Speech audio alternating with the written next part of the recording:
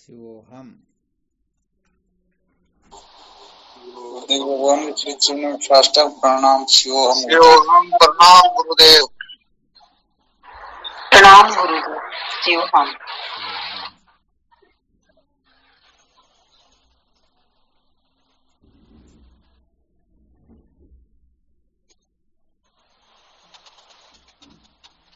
क्या विषय चल रहा था अपना?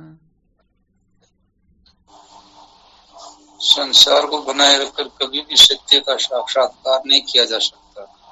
संसार को बनाए रखकर कभी भी सत्य का साक्षात्कार नहीं किया जा सकता। अच्छा, यार ये फोन सूत्र बड़ा हैंग होगा मत देगी सत्संग सुने मेमोरी वर्गीर अभी जो सूत्र सुनाया ना, संसार को बनाए रखकर कभी भी सत्य का साक्षात्कार नहीं किया जा सकता, यह सूत्र किसके ऊपर लागू होता है?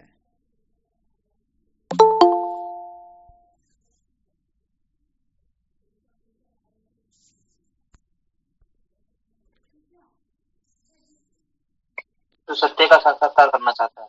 बहुत बहुत धन्यवाद है। हाँ, इस रहस्य को थोड़ा ठीक तरह से समझ लेना चाहिए। हाँ, ऐसा नहीं कि ये जो सूत्र है रास्ते चलते हुए हर किसी व्यक्ति के लिए लागू होते हो, ऐसी बात बिल्कुल भी नहीं है। तो जो सचमुच में सत्य का साक्षात्कार करना चाहता है, अर्थात सत्य को अपने मनोनुकूल ढंग से अनुभव नहीं करके श्रुति संत शास्त्रों की मर्यादा में रह करके जो सत्य का साक्षात्कार करना चाहता है, उसी के लिए ये संकेत किया जाता है कि संसार को बनाए रखकर कभी भी सत्य का साक्षात्कार नहीं किया जा सकता। यहाँ संसार का क्या अर्थ होगा? किसे कहेंगे संसार?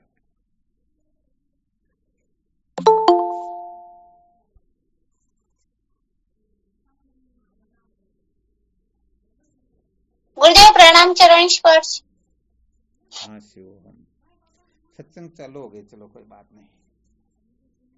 देह को महत्व देते यही संसार है पीला तो गुरुदेव। हाँ चलो, अच्छा कुछ कह रहे थे तब ठीक है, वरना मैंने सोचा बीच में प्रणाम करना ठीक नहीं है। कुछ कह रहे हो तब बहुत अच्छी बात है। किसको कहते हैं संसार? इस देह को महत्व देना सबसे बड़ा संसार यही है गुरुदेव। चलो बहुत अच्छी बात। देह को प्रणाम। महत्व चरण देना स्पर्श। संसार बताया गया। और भी कोई साधक है? स्वामी जी के चरणों में प्रणाम। हाँ शिवम बोलो। गुरुदेव, जिसकी प्रतीति तो होती है लेकिन प्राप्ति नहीं होती वो संसार। जिसकी प्रतीति तो होती है परंतु प्राप्ति नहीं होती, उसे कहते हैं संसार। जो सरक जाए उसे भी कहते हैं संसार, जो रहे नहीं। बहुत अच्छी बात है। यहाँ पर क्या होता है कि साधक जो है ना, इतने होशियार होते हैं ना, जैसे वो पहले दृष्टांत बताया ना, एक चोर ने चोरी की, किसी के घर से माल उठाया, अपने घर में लाकर भर दिया। अब कोई दूसरा चोर आया, चोरी करके भगने लगा ना, उस समय वह चिल्लाने लगता कि अरे चोर चोर चोर चोर। अब यहाँ पर विशेष बात यह है कि वह दूसरे को अपने यहाँ से रखा हुआ माल उठाकर भगते हुए देखता है और पुकार पड़ता है, चिल्ला पड़ता है कि चोर चोर चोर। परंतु जिस दिन वह किसी दूसरे के यहाँ से उठा करके लाया, उस दिन उसने अपने को चोर समझा या नहीं समझा, बस यही गड़बड़ घोटाला होता है। तो हालांकि आपने जो बात कही वो बिल्कुल सत्य कही। जो सरक जाए उसी को संसार कहते हैं। परंतु यहाँ पर गड़बड़ तो ये हो जाएगी ना, हम सारे संसार को, जो जो सरकता सबको संसार समझ लेंगे, परंतु जिसको संसार समझना हम उसको संसार समझ ही नहीं पाएंगे, क्योंकि इतना विवेक जागृत हो जाए तब तो बात अलग हो जाएगी। इसलिए थोड़ा यहाँ और समीप की बात बतानी आपको, वरना वो बात 100% सत्य है। जो सरक जाए उसे ही संसार कहते हैं। और वैसे ये भी संकेत किया था कि ये जितना भी संसार है, ये संसार अपने को किसी भी प्रकार का कष्ट दुख तकलीफ थोड़े दे रहा है क्या? सचमुच में अपने को भटकाने वाला कौन है? गुरुदेव, धन पुत्र क्षत्रिय आदि संसार।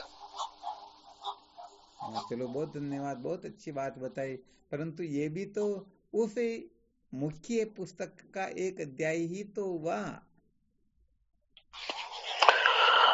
तो गुरुदेव मन बुद्धि इंद्रिया, मन बुद्धि संसार, ऐसे बोलो ना, कहने का मतलब अपना मन ही संसार है, अपना चित्त ही तो संसार है। अब देखो, यहाँ विचार करके जब मन को संसार कह देंगे तो फिर जितने भी साधकों ने जो भी सूत्र बताया, जैसे सबसे पहले बताया गया शरीर को संसार बताया, अब यहाँ कोई शरीर को संसार समझ ले परंतु इंद्रियों को न समझे तो, प्राण मन बुद्धि को न समझे तो, समझ में आ रहा ना? यदि देह को ही संसार समझे तो देह तो सुसुप्ति में रहता ही नहीं। तो इसका मतलब देह के चक्कर से हम मुक्त हो गए क्या? संसार के चक्कर से छुटकारा प्राप्त हुआ? नहीं हुआ ना। इसलिए वैसे देखा जाए तो चित्त में वह संसार है। अपनी जो कल्पनाएं हैं उसी को संसार कहते हैं। इसलिए सदा सर्वदा, क्योंकि बहुत सारी जगह ऐसी होती हैं जिस जगह पर संसार मन बुद्धि को बताना होता है, बहुत सारी जगह ऐसी होती जहां पर संसार सरकने को बताना होता है। हालांकि बातें बिल्कुल ठीक है, अपनी अपनी जगह पर गलती बिल्कुल भी नहीं है, परंतु जैसे पहली कक्षा के बच्चे को पढ़ाते समय पढ़ाने का तरीका कुछ और होगा और 10वीं कक्षा के बच्चों का तरीका कुछ और हो जाएगा। होगा या नहीं होगा? होगा। तो हम कहने का मतलब फरकने वाले को संसार समझ ले तो संसार में बहुत सारा परिवर्तन हो रहा तो हम उनसे तटस्थ हो जाएंगे कि बने चाहे बिगड़े, जन्मे चाहे मेरे को क्या लेना देना। तो क्या वो संसार के बंधन से मुक्त हो गया? नहीं हो, क्योंकि न तो उनको बनाए रखने में उनका आग्रह होता, न बिगड़ने में उनका कोई होता है। इसलिए सच्ची बात तो ये है कि हम दुखी क्यों होते हैं, बंधन क्यों मजबूत होता है, हम सदा सर्वदा भटकते क्यों हैं, संसारारण्य में जाने का मुख्य जो कारण है वो अपनी नासमझी ही होती है। उसे हम बेवकूफ़ी कह सकते हैं, मूर्खता कह सकते हैं, उल्टी समझ कह सकते हैं। अपनी जो मर्जी आए, संत महापुरुष साधकों के अधिकारानुसार अनेक प्रकार से उनका वर्णन कर देते हैं, परंतु मूल बात यह होती है कि अपनी जो कल्पनाएं, अपनी जो भावनाएं होती हैं, यही अपने को बांधती हैं। तो अपने लिए संसार यही हुआ न? तो बताओ, ये बाहर के संसार को बनाए रखकर सत्य का साक्षात्कार नहीं किया जा सकता, या अभी जिस संसार का वर्णन किया इसको बना करके हम सत्य का साक्षात्कार नहीं कर सकते हैं? अरे ईश्वर की सृष्टि में कहाँ गड़बड़ घोटाला? हम ही तो कल्पना करके सारा गड़बड़ घोटाला कर रहे हैं। ईश्वर की सृष्टि, ईश्वर आनंद स्वरूप है, तो ईश्वर के द्वारा बना हुआ संसार भी आनंद रूप है, परंतु हम अपनी कल्पना से उसी आनंद रूप संसार को दुख रूप बना देते हैं। तो यहाँ पर साधकों को इतना ही रहस्य अच्छी तरह से समझ लेना है, संसार को बनाए रखकर सत्य का साक्षात्कार नहीं किया जा सकता। ये साधकों के लिए है, जो छुटकारा चाहता है उसके लिए। परंतु यहाँ पर किस संसार को? इस जगह पर जीवकृत सृष्टि को बनाए रख करके, अर्थात जीवों की अपनी अपनी जो सृष्टि होती है, अपनी अपनी जो कल्पनाएं मान्यताएं होती हैं, उन समस्त कल्पनाओं को, मान्यताओं को बनाए रख करके यदि कोई चाहे मैं सत्य का साक्षात्कार कर लूं, तो स्वप्न में भी वह कभी भी सत्य का साक्षात्कार कर नहीं पाएगा। अच्छा, क्यों नहीं पाएगा? ऐसा कोई आपके पास में फॉर्मूला या प्रमाण पत्र है क्या? इसको सिद्ध करके बता सकते हो क्या? कैसे जाना जाए कि अपनी कल्पना के द्वारा अपने मन बुद्धि को महत्व दे करके हम सचमुच में कृतार्थ नहीं हो सकते हैं? या तो श्रुति माता की शरण में जाना ही होगा, उनके कथनानुसार अपने जीवन को बनाना होगा, वैसे मंथन करना होगा, विचार करना होगा और जीवन को सार्थक बनाना होगा।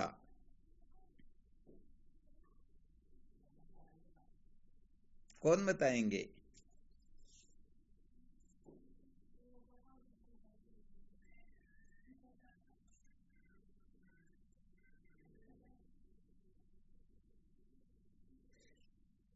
प्रणाम स्वामी जी। हाँ शिवम बोलो। स्वामी जी, हमारी कल्पना की वहां तक पहुंचे नहीं है तो कैसे पहुंच पाएंगे? हाँ, यहाँ पर प्रश्न था कि हम अपने मन बुद्धि को बनाए रख करके अपनी कल्पनाओं को महत्व दे करके सत्य का साक्षात्कार कदापि कर सकते ही नहीं। तो क्यों नहीं कर सकते, क्या कारण है?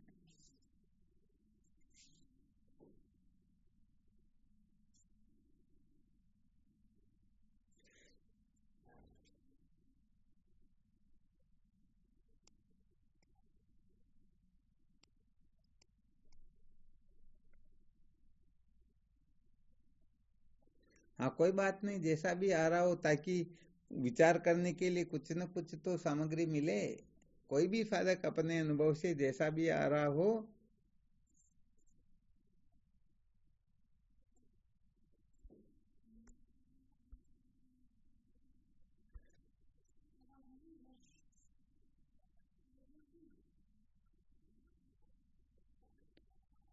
अच्छा, किसी को समझ में नहीं आ रहा क्या?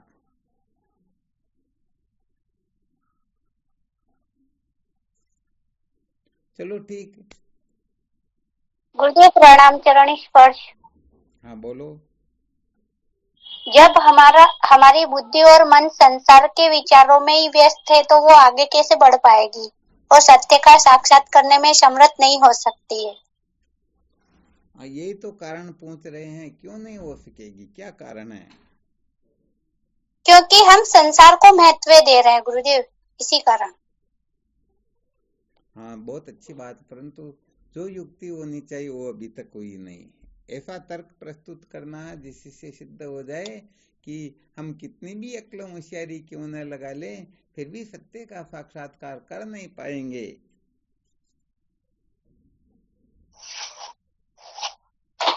फिर उसके बाद आता है गुरुदेव द्वारा पाई विद्या फलित होती है, करतात करती है, बाकी तो सारी की सारी अपराविद्या होने के कारण अभिमान बढ़ाती है, पतन का कारण हो जाया करती है। हाँ क्या वो सब बातें ठीक है, यहाँ प्रसंग थोड़ा दूसरा चल रहा है। यहाँ पर ये प्रणाम गुरुदेव। बताना है कि हम हमारी कल्पनाओं से मुक्त क्यों नहीं हो पाते हैं। हाँ शिव, हाँ हमारा मन बुद्धि गुरुदेव ये बाद में बना है, इसलिए सत्य का साक्षात्कार नहीं कर पाता है। जैसे पिता के जन्म को पुत्र नहीं जान पाता है। ये सिद्धांत अलग है। यहाँ पर कहने का मतलब जो प्रस्तुत करना वो नहीं हो पा रहा है। यहाँ पर तो कहने का मतलब समझो समाधान किया जा रहा है, यहाँ तर्क के द्वारा सिद्ध करना, क्योंकि ये नियम है ना, जैसे कोई तलवार से लड़ता तो फिर तलवार से ही लड़ना होता ना। तो यहाँ पर भी सिद्धांत है, ये थोड़ा रहस्य है कि यदि कोई श्रुति से शास्त्रार्थ कर रहा हो तो उसको उत्तर देना हो तो फिर प्रमाण श्रुति का ही देना होगा। कोई युक्ति से निरुत्तर करना चाहता तो फिर वहां युक्ति ही प्रस्तुत करनी होगी, और कोई प्रमाण दे करके कोई किसी का खंडन मंडन कर रहा तो अपने को भी प्रमाण दे करके करना होगा। ये मर्यादा होती है।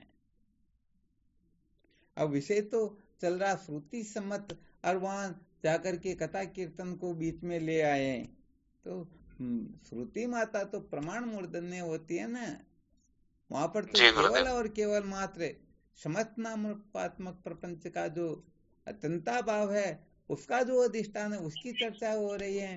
यहाँ पर हम नाम रूप को लेकर के आते हैं, अपने कुटुंब परिवार को लेकर के आते हैं, तो बताओ गड़बड़ हो जाएगी ना।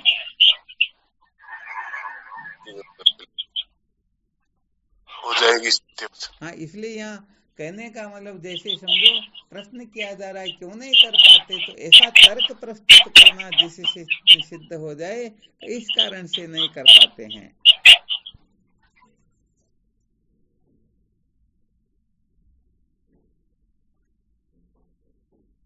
इतना टाइम थोड़े लगना चाहिए, आप तो और इसके बारे में पहले मंथन भी कर चुके हैं।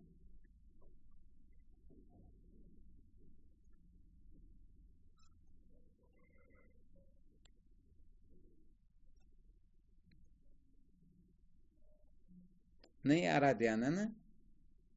नहीं आ रहा। अरे ये तो इतनी सीधी सरल बात है। यदि हम अपनी बुद्धि से, अपनी कल्पना से सत्य का साक्षात्कार कर लेते, संसार के बंधन से मुक्त हो जाते, तो अनादि काल से लेकर के अब तक कृतार्थ हो जाने चाहिए या नहीं होने चाहिए? हो जाना चाहिए। अरे तो इसमें कौन सी बड़ी बात है? कोई बहुत बड़ा शास्त्रार्थ या कोई दाव पेच थोड़े ही है। ये तो बिल्कुल सीधी सरल बात है ना सिद्ध करने के लिए। भाई शास्त्रों का संतमा पुरुषों का संकेत है। कई कई बार इंद्र सुख भोग्यो फिर 84 पठाई, आत्म ज्ञान उदय नहीं जब तक तब तक गोता खाई, संता सतसंगत सुखदाई। कितनी बार हम इंद्र बने हैं।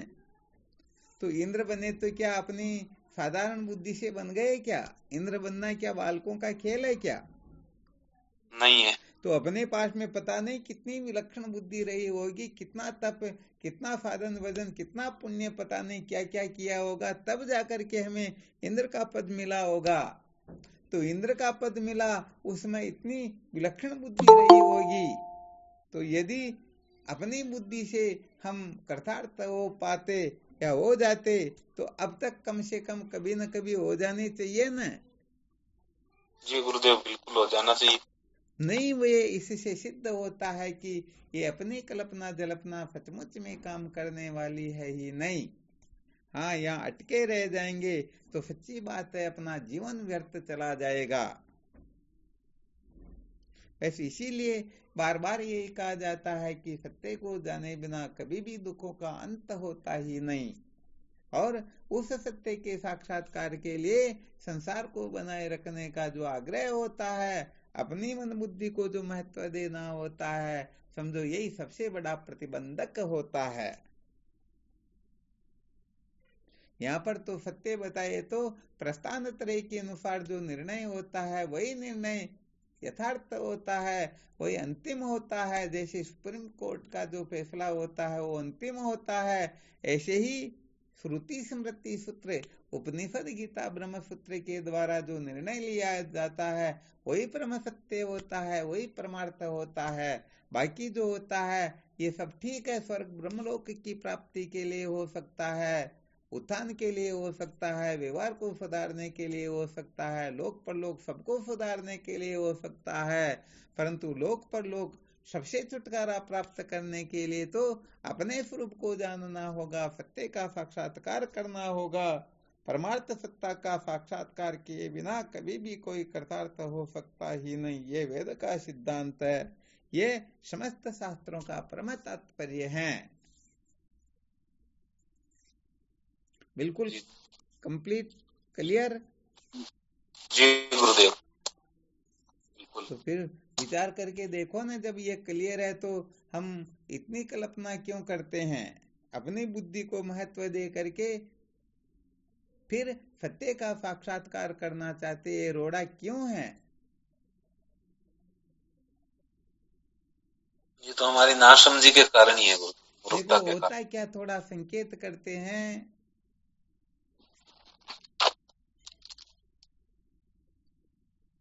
यदि गोबर से बनी हुई मिठाई अपने सामने कोई रख दे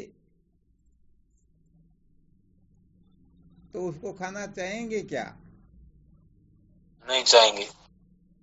और वही गोबर की मिठाई ऊपर चांदी का वर्क, या समझो ऊपर थोड़ी असली मिठाई 1 mm तक और बाकी बीच में गोबर भरा हुआ है, यदि वो अपने पास में आ जाएंगे तो खाएंगे या नहीं खाएंगे? खा लेंगे। यहाँ पर संकेत जो किया जा रहा है, एक तो बुराई बुराई के रूप में आती है और एक बुराई अच्छाई के रूप में आती हैं।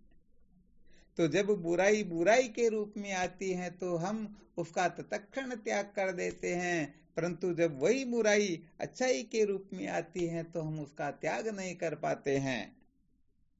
जैसे रावण के रूप में यदि कोई, दुष्ट के रूप में यदि कोई अपने सम्मुख आए तो हम उनका त्याग कर देंगे ना? जी गुरुदेव, तुरंत कर देंगे। और कालनेमी के रूप में यदि कोई आ जाए तो नहीं कर पाएंगे। नहीं कर पाएंगे ना? नहीं कर पाएंगे। यहाँ वो क्या कि आज किसी साधक से चर्चा चल रही थी, तो यही चल रही थी कि हम इस रहस्य को नहीं समझ पाते हैं कि संसार में हमको कौन बलि का बकरा बना रहे, कौन किस प्रकार से अपना स्वार्थ सिद्ध कर रहे, हम इस रहस्य को नहीं समझ पाते और उनके चक्कर में पड़ ही जाते हैं। तो बुराई के रूप में बुराई का हम त्याग कर सकते हैं, परंतु अच्छाई के रूप में यदि कोई बुराई आए तो बताओ हम त्याग कर पाएंगे क्या? नहीं गुरुदेव, ये सामर्थ्य नहीं है हमारे। हाँ, ये सामर्थ्य, अरे आप में तो क्या किसी में है ही नहीं।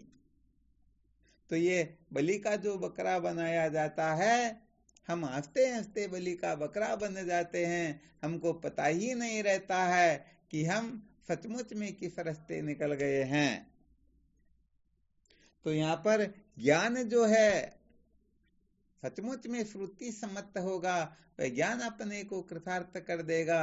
बाकी जो ज्ञान, वो ज्ञान सचमुच में अपने को कृतार्थ नहीं कर पाएगा। तो ज्ञान के रूप में जो ज्ञान है वही अपने को कृतार्थ कर पाता है। बाकी अज्ञान के रूप में जो ज्ञान होता है वह अपने को कृतार्थ नहीं कर पाता। ये बिल्कुल पक्की बात है। जी बिल्कुल सही है ना? जी बिल्कुल। तो यहाँ पर थोड़ा मर्म बता देते हैं कि अपने मन के रूप में जो अनुभव होता है, अपने मन की कल्पना के रूप में जो अनुभव होता है, ये अनुभव अपने को ऐसा लगता है जैसे यही यथार्थ है, परंतु सचमुच में ये यथार्थ नहीं होता है, बल्कि ये धोखा हो जाता है। क्या होता है? धोखा होता है। इसलिए यहाँ पर प्रस्थानत्रयी को महत्व दिया जाता है, इनका संकेत किया जाता है। भले ही उसमें भगवद गीता परम प्रमाण हो, भले ही ब्रह्मसूत्र प्रमाण हो, और भले ही श्रुति माता स्वयं ही क्यों न प्रमाण हो, परंतु उनके दिशा निर्देश में जो साक्षात्कार होता है वह साक्षात्कार होता है यथार्थ। क्या होता है? यथार्थ होता है। हाँ, वो यथार्थ होता है। तो यहाँ पर अपने को अपनी कल्पना से मुक्त नहीं होना है, क्योंकि अपनी कल्पना से मुक्त होने का मतलब हम समझ लेते हैं कि हमारी जो वृत्ति है, यदि किसी संसार के विषय का चिंतन न करे, स्वर्ग का लोभ त्याग दे, ब्रह्मलोक की इच्छा न हो, या हम ऐसा वैसा न चाहे, तो समझो हम मुक्त हो गए। परंतु सचमुच में कहा जाए तो हम मुक्त नहीं हुए, अभी तक तो हम बंधे हुए हैं। क्या है? बंधे माता स्वयं कहते हैं परमात्मा को छोड़ करके कोई दूसरी वस्तु है ही नहीं। तो फिर हम जो कल्पना कर रहे हैं,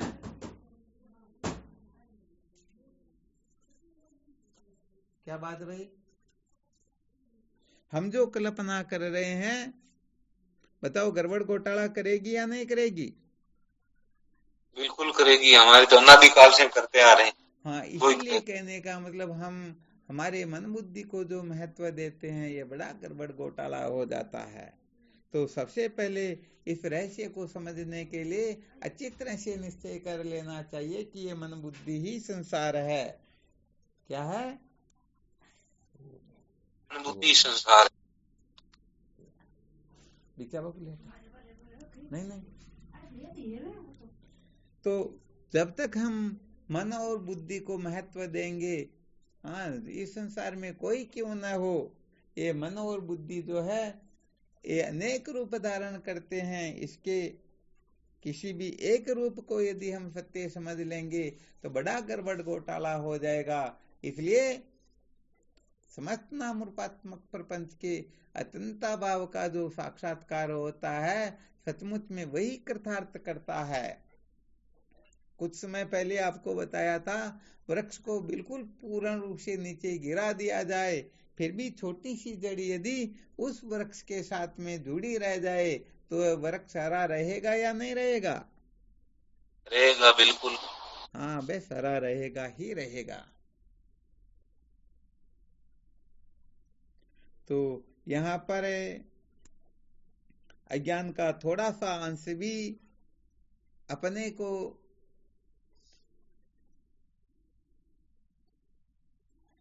निश्चित रूप से संसार अरण्य में भटका सकता है। इसलिए केवल और केवल मात्र शिवम गुरुदेव। हाँ, शिवोहम बोलो। शिवम गुरुदेव, आवाज नहीं आ रही, कट कट के आ रही है।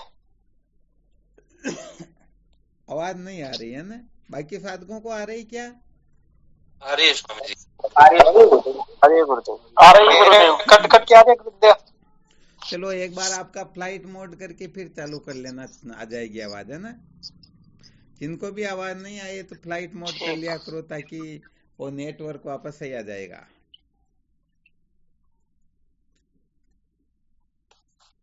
तो कुल मिलाकर के इतना ही संकेत करना चाहते हैं, संसार को बनाए रखकर सत्य का साक्षात्कार नहीं किया जा सकता। तो यहाँ पर संसार नाम अपना अंतःकरण ही है। मन बुद्धि को महत्व देना ही संसार है, और इनको महत्व नहीं देना ही ये क्या होगा फिर? हाँ, ये साधकों की असली साधना होगी, ये साधकों का परम धन होगा फिर तो। अच्छा, विचार करके देखो, जब हम इनको महत्व देते हैं तो परमात्मा से भिन्न किसी वस्तु की हमने सत्ता स्वीकार कर ली या नहीं की? बिल्कुल कर ली गुरुदेव। सत्ता स्वीकार कर ली ना? जी तो गुरुदेव, बिल्कुल। यहाँ पर यही बात स्पष्ट 2-3 दिन पहले शायद यही सुनाया था।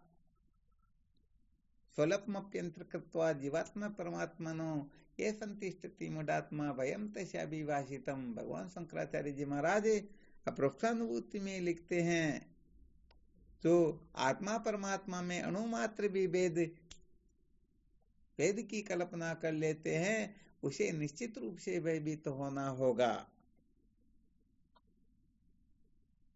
होना होगा ना? जी गुरुदेव, होना होगा, बिल्कुल। और यदि हम इनको महत्व दे देंगे तो फिर इनके अनुसार अपने को करना भी होगा। जी, करना होगा तो मन बुद्धि अपने को बहिर्मुख बनाते या अंतर्मुख बनाते हैं? अंतर्मुख बनाते। हाँ, अंतर्मुख बनाएंगे क्या? बहिर्मुख बनाएंगे गुरुदेव। हाँ, अरे क्या बात है। मैं तो सोच रहा हूँ 4-5 दिन से मौन ले रखा, डांट फटकार बहुत ज्यादा लग गई, तो आज तो ठीक ही बोलेंगे, आज बोल रहे तो चलो फिर भी कोई बात नहीं। अच्छा, क्यों ये अपने को बहिर्मुख क्यों मनाते हैं? क्या कारण है? जैसे पानी का स्वभाव होता है ढलान की ओर बहना, ऐसे ही इनका स्वभाव होता है केवल और केवल मात्र संसार की ओर ही प्रवृत्त होना, क्योंकि ये भी तो संसारी है ना। जी गुरुदेव, बिल्कुल। हाँ, ये कोई परमार्थ थोड़ी ही है, परम सत्य थोड़ी ही है। वास्तव में देखा जाए तो गुरुदेव मूल संसार यही है। हाँ, इसके सिवाय संसार है थोड़ी ही है। कहते न, या मन आपको न्यून गिने पुनि, या मन आपको श्रेष्ठ बखाने, या मन आपको पंडित मानत ग्रंथ पढ़े बहु चातुर ठाने, या मन सबको मूर्ख मानत अपनी बात कहे पर माने, अचल राम या मन की माया जो मन को त्याग रहो निर्वाणे। अरे सारा का सारा जागर से लेकर के जन्म से लेकर के मृत्यु तक जो कुछ भी कल्पना की जाती है, ये सारा का सारा संसार ही है। जी गुरुदेव, इसलिए बिल्कुल। थोड़ा विशेष संकेत यदि करें ना, थोड़ी देर पहले जो आपको थोड़ा संकेत किया था, शायद इसका बहुत अधिक मंथन करोगे तब इस रहस्य को समझ पाओगे। परंतु फिर भी थोड़ा संकेत और कर देते हैं। जैसे बुराई के रूप में बुराई आती उसका हम त्याग कर देते हैं, परंतु अच्छाई के रूप में बुराई आए उसका हम त्याग नहीं कर पाते हैं। अज्ञान के रूप में यदि अज्ञान आए तो हम उसका त्याग कर दें, परंतु अज्ञान के रूप में यदि ज्ञान आ जाए तो उसका त्याग नहीं कर पाएंगे। तो यहाँ पर विशेष बात बता देते हैं, यदि कोई समझता है कि मैं ज्ञानी हूँ तो समझ लेना चाहिए ये अच्छाई के रूप में बुराई आ गई, शायद वह बहुत मुश्किल कि इससे इस जगह से उसको कोई हटा सके, क्योंकि हाँ इसको बहुत बड़ी नासमझी कहते हैं, बहुत बड़ा अभिमान होता है। तत्व दृष्टि से देखा जाए तो ज्ञानी कोई होता ही नहीं। हमें ज्ञान स्वरूप हूँ, मैं अद्वितीय ब्रह्म, ये तो बिल्कुल सत्य है, परंतु मैं ज्ञानी हूँ ये बहुत बड़ी नासमझी होती है। मैं बहुत बड़ा धर्मात्मा हूँ, ये समझो ऐसा गड़बड़ घोटाला हो गया, शायद ही वह इस जन्म में सत्य का साक्षात्कार कर पाए।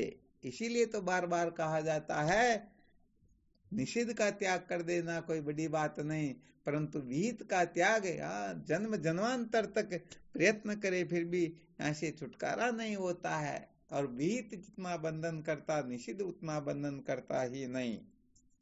इसलिए यदि हम किसी भी प्रकार की कल्पना करते हैं मैं बहुत बड़ा भक्त हूँ, बहुत बड़ा उपासक हूँ, बहुत बड़ा धर्मात्मा हूँ, बहुत बड़ा भक्त हूँ, बहुत बड़ा ज्ञानी हूँ, तो समझ लेना चाहिए अभी तक उन्होंने वेदांत की LKG को ठीक तरह से समझा नहीं, अभी तक उनको कुछ भी समझ में आया ही। हाँ ये सारा का सारा धोखा होता है। सत्य केवल मात्र परमात्मा है, परमात्मा के सिवाय कुछ भी कल्पना कर रहे हैं तो सारा का सारा गड़बड़ घोटाला ही होता है। जैसे कोई कहता मैं ज्ञानी हूँ तो इसका मतलब यही तो हुआ ना, कोई एक ऐसी वस्तु जिसको वो जानने वाला है, और यदि वह जानता है तो नियम यही है कि जो जानने वाला होता है वह जानने में आने वाली वस्तु से अलग होता है। तो बताओ हम ब्रह्म से अलग हैं क्या? नहीं है गुरुदेव। हाँ इसीलिए तो श्रुति माता को कहना पड़ा यदि मन्यसे सुवेदेति दब्रमे वापि नूनम। यदि कोई कहता है कि मैंने अच्छी तरह से ब्रह्म को जान लिया तो समझो अभी तक उसने कुछ जाना ही नहीं। यस्य मतम तस्य मतम मतम यस्य न वेद से, जो कहता मैंने जान लिया वह कुछ भी नहीं जानता है, और जो कहता मैंने नहीं जाना सचमुच में उसने ही उस परम तत्व को जाना है। तो इसलिए ये मन बुद्धि की कल्पना बड़ी विलक्षण होती है, इनके चक्कर में पड़ करके जीव अनादि काल से भटक रहे हैं। हाँ कितना भी बड़े से बड़ा साधन भजन क्यों ना करो, कितना भी बड़ा विचार विवेक मंथन क्यों ना करो, जब तक ये बेवकूफी निवृत्त नहीं होती है तब तक वह सत्य से 1 इंच नीचे ही होता है, सचमुच में वह बोधवान है ही नहीं। तो यहाँ पर ये अंश मात्र भी द्वैत का जो आग्रह है, द्वैत का जो भ्रम है, ये हमें सदा सदा के लिए भस्मीभूत कर देता है। इसलिए आत्म तत्व को जाने बिना, सत्य को जाने बिना कभी भी दुखों का अंत होता ही नहीं। इसको बहुत अच्छी तरह से निश्चय कर लेना चाहिए। ये करोड़ों ग्रंथों का ये सार है। तो सत्य ये नहीं जो हम आंख से देखते हैं, नाक से सूंघते हैं, जीभ से, त्वचा से, कान से ग्रहण करते, वो सत्य सत्य नहीं है। मन की कल्पना का नाम, बुद्धि की कल्पना का नाम वास्तव में सत्य होता ही नहीं। ये सारे के सारे जिस आत्म तत्व में बिना वो यही बात रहे हैं उस अधिष्ठान को कहते हैं सत्य, उस अधिष्ठान आत्म तत्व को कहते हैं परमार्थ है। बाकी सब कल्पना हो गई ना। जी गुरुदेव। हाँ ये तो टेढ़ी है। करके यदि हम कहीं पर भी अटके हुए हैं तो ये अपनी बहुत बड़ी नासमझी होती हैं। इसलिए सत्य संप्रदाय की रीति से जब हम सत्य का साक्षात्कार करते हैं तो सचमुच में हम सदा सदा के लिए निर्भय हो जाते हैं। हाँ वरना कोई ऐसा सोचता है कि हम निर्भय हो गए, ये भी वही बात हो जाएगी, फिर ध्यान रखना। तो यहाँ प्रत्येक कक्षा में प्रत्येक सूत्र के अनेक प्रकार के रहस्य निकलते हैं। जो साधक जितना बुद्धिमान होगा, जितना विवेकी होगा, वह उतना ही कोता मारा सिंधु में मोती लाए पेट, वे क्या मोती लाएंगे जो रहे किनारे बैठे। आ गया समझ में? तो यहाँ पर कुल मिलाकर के हमें किसी प्रकार का अभिमान नहीं करना है, कहीं अटकना नहीं है। वास्तव में देखा जाए तो ये सारा का सारा स्वप्नवत है, इनकी सत्ता ही नहीं है। सत्ता है तो केवल और केवल मात्र आत्म तत्व की है, केवल परमात्मा तत्व की है। परमात्मा तत्व से बिन कुछ होता ही नहीं। आज एक साधक बात कर रहे थे तो कहते हैं कि हम फलाने महाराज जी के पास गए तो वह कहते हैं कि अभी तो तुम्हारे में और हमारे में रात दिन का अंतर है, अभी आकाश पाताल का अंतर है। अभी तक तो हम जो जानते हो तुम जानते ही नहीं हो। अभी तक तो तुम केवल विचार चंद्रोदय, विचार सागर ये बातें ही करते हो। अभी तो हमारे में तुम्हारे में आकाश पाताल का अंतर है।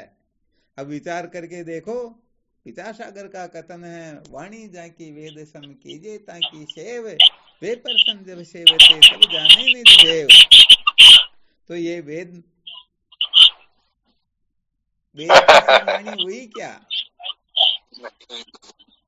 अरे जो साधकों को, जिज्ञासुओं को समझे हमारे सामने क्या है।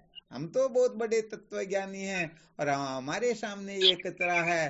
तो बताओ, जो अपनी आत्मा नहीं समझ सकते हैं वो उनमें आत्मा तत्व का प्रकाश कैसे करवाएंगे? करवा सकते हैं क्या? नहीं करवा सकते, स्वयं ही नहीं तो दूसरों को कैसे करवाएं? बिल्कुल सत्य बात। हाँ, ये अवश्य हो सकता है कि किसी की बुद्धि तीक्ष्ण हो सकती है, किसी की स्थूल होती है। कहने का मतलब कोई ज्यादा बुद्धिमान होता, कोई कम बुद्धिमान होता है, परंतु बुद्धि के कम अधिक होने से आत्म तत्व में अंतर आता है क्या? नहीं आता। हाँ, इसलिए जो मैं हूँ वही तुम हो और जो तुम हो वही मैं हूँ, ऐसा जिनको बोध होता है उसको कहने का मतलब बोधवान कहते हैं। और जो वेद उपस्थापित कर देते हैं वो ज्ञानी किस बात के? मोकुलपुर के बाबा को जब पूछा जाता, स्वामी जी आप कौन हो? भाई यही कहते हैं, अरे भाई जो तुम हो वही मैं हूँ, जो खटमल है, जो मच्छर है, जो मक्खी है वही मैं हूँ, जो सब है वही मैं हूँ। अपने में अलग विशेषता का आरोप कर ले कि मैं ऐसा हूँ और तुम ऐसे हो, ये तो वेद ज्ञान है, ये तो ज्ञान की छाया भी नहीं है। है क्या ज्ञान की छाया? इसीलिए मूर्ख में और ब्रह्मात्मा के बोध आत्मा तत्व का जो निरूपण हर किसी के समझ में आता ही नहीं। क्यों नहीं आता? क्योंकि सब अपने अपने अभिमान को बढ़ाना चाहते हैं, अपने में विशेषता प्रकट करना चाहते हैं। तो भाई यहाँ गड़बड़ घोटाला हो जाता है, वो तत्व ज्ञान से वंचित रह जाते हैं, सत्य को ठीक ठीक प्रकाश से जान नहीं पाते और बेचारे ऐसे ही जन्मे और ऐसे ही मर जाते हैं। इसलिए जब तक मन बुद्धि को महत्व देंगे तब तक तो समझना अभी ज्ञान तो बहुत दूर की बात है, अभी तक साधक भी नहीं है, अभी तक सच्चे अर्थ में मानवता के लक्षणों से भी बहुत दूर हैं। हाँ, यहाँ पर यदि समझ में नहीं आ रहा हो या गड़बड़ हो तो तर्क वितर्क कुतर्क कुछ भी कर सकते हो।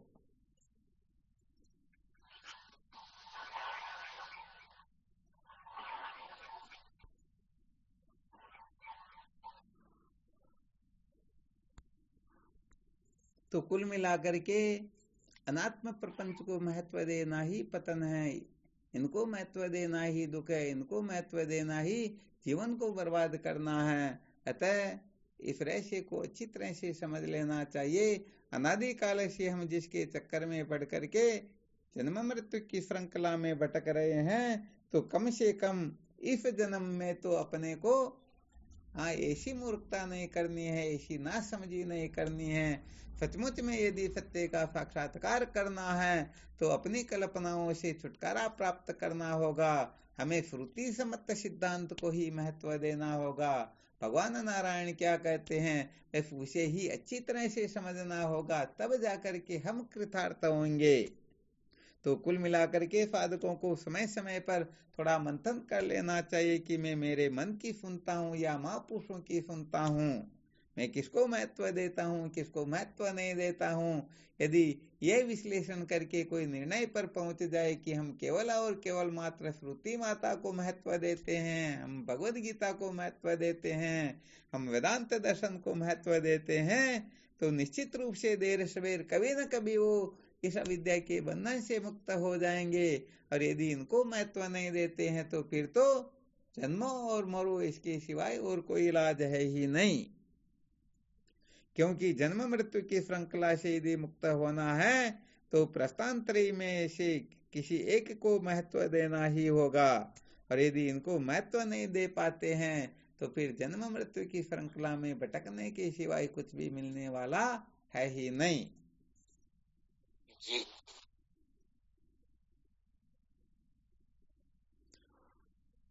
इसमें गुरुदेव एक रोड़ा, हाँ बोलो। इसमें कहने का मतलब एक रोड़ा भी है, अटकता है बीच में। क्या रोड़ा अटकता, बोलो।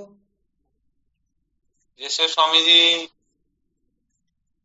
एक तो गीता जी के बारे में जो सुनाते हैं तो एक तो ऐसा ही बताते हैं कि गीता जी रे प्रयोजन है दाल रोटी, तो वो भी सुनाते हैं। हाँ खैर वो भी बात होती, परंतु यहाँ पर बात ये है कि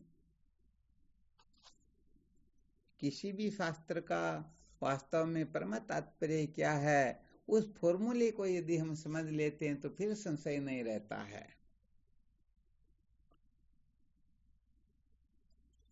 तो उसको भी तो थोड़ा समझना होता ना।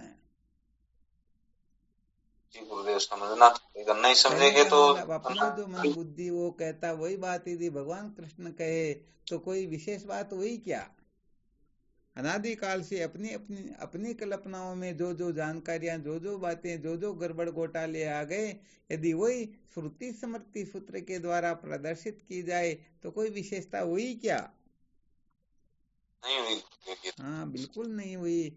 वास्तव में होता क्या है कि जिनको सचमुच में समझना हो ना तो निश्चित रूप से समझ जाते हैं, और नहीं समझना हो तो वो कहने का मतलब कुछ भी कल्पना कर सकते हैं। यहाँ पर इतना ही संकेत किया गया है कि हमें भगवत वाणी को महत्व देना है, अपने मन बुद्धि को महत्व नहीं देना है, क्योंकि इनको महत्व देने का नाम ही संसार है, और इसको बनाए रख कर कभी भी सत्य का साक्षात्कार कर नहीं सकेंगे, ये बिल्कुल पक्की बात है।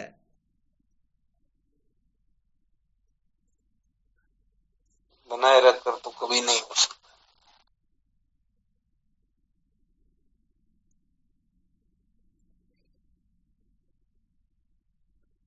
तो कुल मिलाकर के और कुछ ज्यादा नहीं तो भी ठीक ठीक प्रकार से विवेक जागृत हो जाए, बस बात इतनी सी है। यदि विवेक जागृत हो जाएगा तो हम असंभव को भी संभव कर लेंगे, और विवेक जागृत नहीं हुआ तो सच्ची बात है इसे अधिक भटका और कोई हो सकता ही नहीं। इसलिए इन किन प्रकारेण विवेक कैसे जागृत हो, बस इसी पर समस्त साधकों को बहुत अधिक मंथन करना चाहिए। ये विवेक ही वह मास्टर चाबी है जो समस्त तालों को खोल देती है।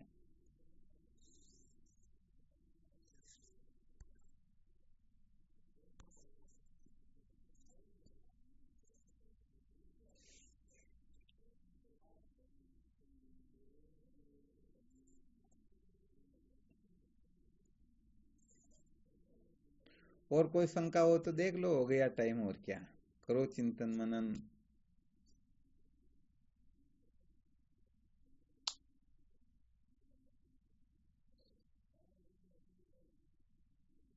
बस अधिक से अधिक मंथन किया करो कि हम सचमुच में सत्य का साक्षात्कार करना चाहते हैं या मौज मस्ती, बस बात इतनी सी है।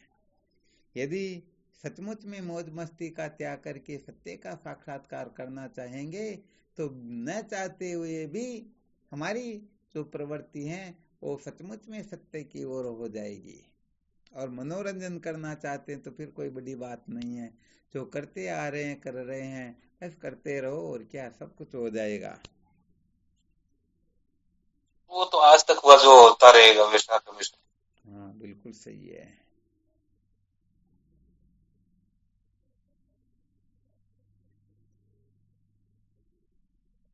दुखों की निवृत्ति तो ही कौन आज तक कौन तब की है। हाँ बिल्कुल बात यही कल जो सुनाया था ना होशियार वाली बात, तो ये मानव देह व्यर्थ न चला जाए, वह सदा सर्वदा कहने का मतलब जैसे संसार के लोग किसी बात को लेकर के रात दिन उनका चिंतन करके पागल हो जाते हैं ना, वैसे अपने को ही इस ओर पागल हो जाना है, वरना ये मनुष्य जीवन ऐसे ही चला जाएगा और क्या। जी गुरुदेव बिल्कुल। अच्छी तरह से निश्चय कर लो, मानव देह जो है यही तनु कर फल विषय न भाई, स्वर्ग उस फल अंत दुखदाई। ये मानव जीवन केवल और केवल मात्र सत्य के साक्षात्कार के लिए ही मिला हुआ है। मानव योनि के सिवाय ऐसी कोई योनि है ही नहीं जिसमें सत्य का साक्षात्कार हो सकता हो। इसलिए ये मानव जीवन कहीं व्यर्थ न चला जाए। थोड़ी सी नासमझी के कारण, थोड़ी सी